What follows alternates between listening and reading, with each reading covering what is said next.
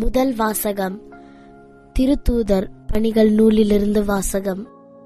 அதிகாரம் 1, வசனங்கள் 15 முதல் 17 வரை மற்றும் 20 முதல் 26 வரை. அப்போது ஒரு நாள் ஏறக்குறைய 120 சகோதரர் சகோதரிகள் ஒரே இடத்தில் கூடியிருக்கும் போது பேதுரு அவர்கள் நடுவே எழுந்து நின்று கூறியது: அன்பர்களே, இயேசுவை கைது செய்தவர்களுக்கு வழிகாட்டிய யூதாசை குறித்த தூய ஆவியார் தாவீதின் வாயிலாக முன்னுரை மறைநூல் வாக்கு நிறைவேற வேண்டியிருந்தது. அவன் நம்மில் ஒருவனாய் எண்ணப்பட்டு நாம் ஆற்றும் பணியில் பங்கு பெற்றிருந்தான். திருப்பாடல்கள் நூலில் அவன் வீடு பாழாவதாக, அதில் எவரும் குடி புகாதிருப்பாராக என்றும் அவனது பதவியை வேறொருவர் எடுத்துக்கொள்ளட்டும் என்றும் எழுதப்பட்டுள்ளது.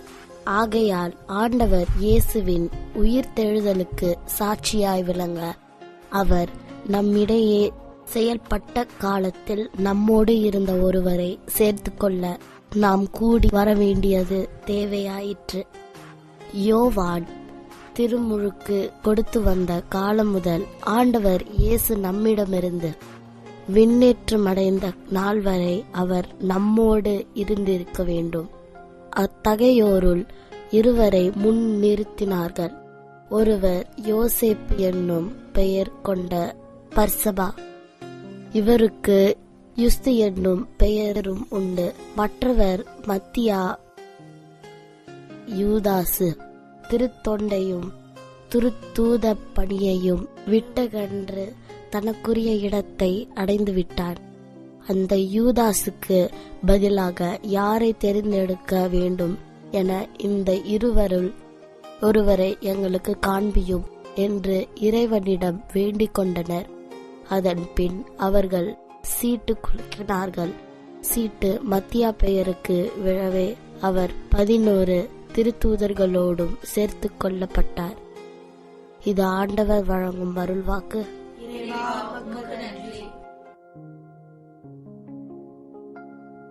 இரண்டாம் வாசகம். திருத்தூதர் யோவான் எழுதிய முதல் திருமுகத்திலிருந்து வாசகம். அதிகாரம் 4, இறை வசனங்கள் 11 முதல் 18 முடிய. அன்பார்ந்தவர்களே, கடவுள் நம்மீது அன்பு கொண்டார் என்றால் நாமும் ஒருவர் மற்றவர் மீது அன்பு கொள்ள கடமைப்பட்டிருக்கிறோம். கடவுளை எவரும் என்றுமே கண்டதில்லை. நாம் ஒருவர் மற்றவரிடம் அன்பு கொண்டுள்ளோம் என்றால் கடவுள் நம்மோடு இணைந்திருப்பார். அவரது அன்பு நம்மிடம் நிறைவு பெறும். அவர் தமது ஆவியை நமக்கு அருளியதால் நாம் அவரோடு இணைந்திருக்கிறோம் எனவும் அவர் நம்மிடம் இணைந்திருக்கிறார் எனவும் அறிந்து கொள்கிறோம். தந்தை தம் மகனை உலகிற்கு மீட்பராக அனுப்பினார் என்பதை நாங்களே கண்டறிந்தோம், சான்றும் பகர்கிறோம். இயேசுவே இறைமகன் என ஏற்று அறிக்கையிடுபவரோடு கடவுள் இணைந்திருக்கிறார். அவரும் கடவுளோடு இணைந்திருக்கிறார். கடவுள் நம்மிடம் கொண்டுள்ள அன்பை அறிந்துள்ளோம், அதை நம்புகிறோம். கடவுள் அன்பாய் இருக்கிறார். அன்பில் நிலைத்திருக்கிறவர் கடவுளோடு இணைந்திருக்கிறார். கடவுளும் அவரோடு இணைந்திருக்கிறார். கடவுள் இருப்பது போல் நாமும் இவ்வுலகில் இருக்கிறோம். எனவே தீர்ப்பு நாளில் உறுதியான நம்பிக்கை கொண்டிருப்போம். இவ்வாறு நம்மிடையே உள்ள அன்பு நிறைவடைகிறது. அன்பில் அச்சத்திற்கு இடமில்லை. மாறாக நிறை அன்பு அச்சத்தை அகற்றிவிடும். ஏனெனில் அச்சத்தில் தண்டனை உணர்வு அடங்கியுள்ளது. அச்சம் கொண்டுள்ளவரிடம் அன்பு முழு நிறைவு அடையாது. இது ஆண்டவர் வழங்கும் அருள்வாக்கு. இறைவா, உமக்கு நன்றி. நற்செய்தி வாசகம். யோவான் எழுதிய நற்செய்தியிலிருந்து வாசகம். அதிகாரம் 17, இறைவசனங்கள் 11 முதல் 19 வரை.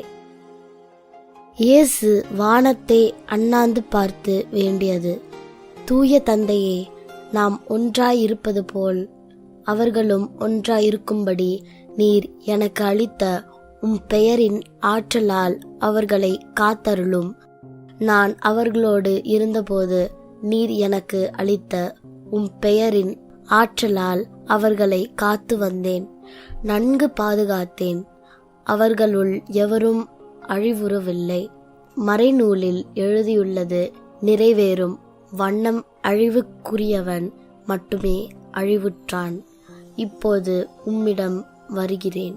என் மகிழ்ச்சி அவர்களுள் நிறைவாக இருக்கும்படி நான் உலகில் இருக்கும்போதே இதை சொல்கிறேன். உம் வார்த்தையை நான் அவர்களுக்கு அறிவித்தேன். நான் உலகை சார்ந்தவனாய் இல்லாதது போல் அவர்களும் உலகை சார்ந்தவர்கள் அல்ல. ஆதலால் உலகும் அவர்களை வெறுக்கிறது.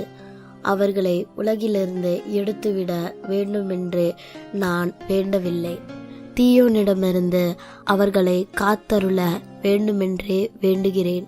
நான் உலகை சார்ந்தவனாய் இல்லாதது போல் அவர்களும் உலகை சார்ந்தவர்கள் அல்ல. உண்மையினால் அவர்களை உமக்கு அர்ப்பணமாக்கியருளும். உமது வார்த்தையே உண்மை.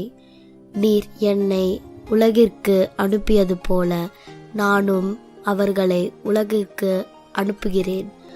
அவர்கள் உண்மையினால் உமக்கு உரியவர் ஆகும்படி அவர்களுக்காக என்னையே உமக்கு அர்ப்பணமாக்குகிறேன். இது கிறிஸ்து வழங்கும் நற்செய்தி. கிறிஸ்துவே உமக்கு புகழ்.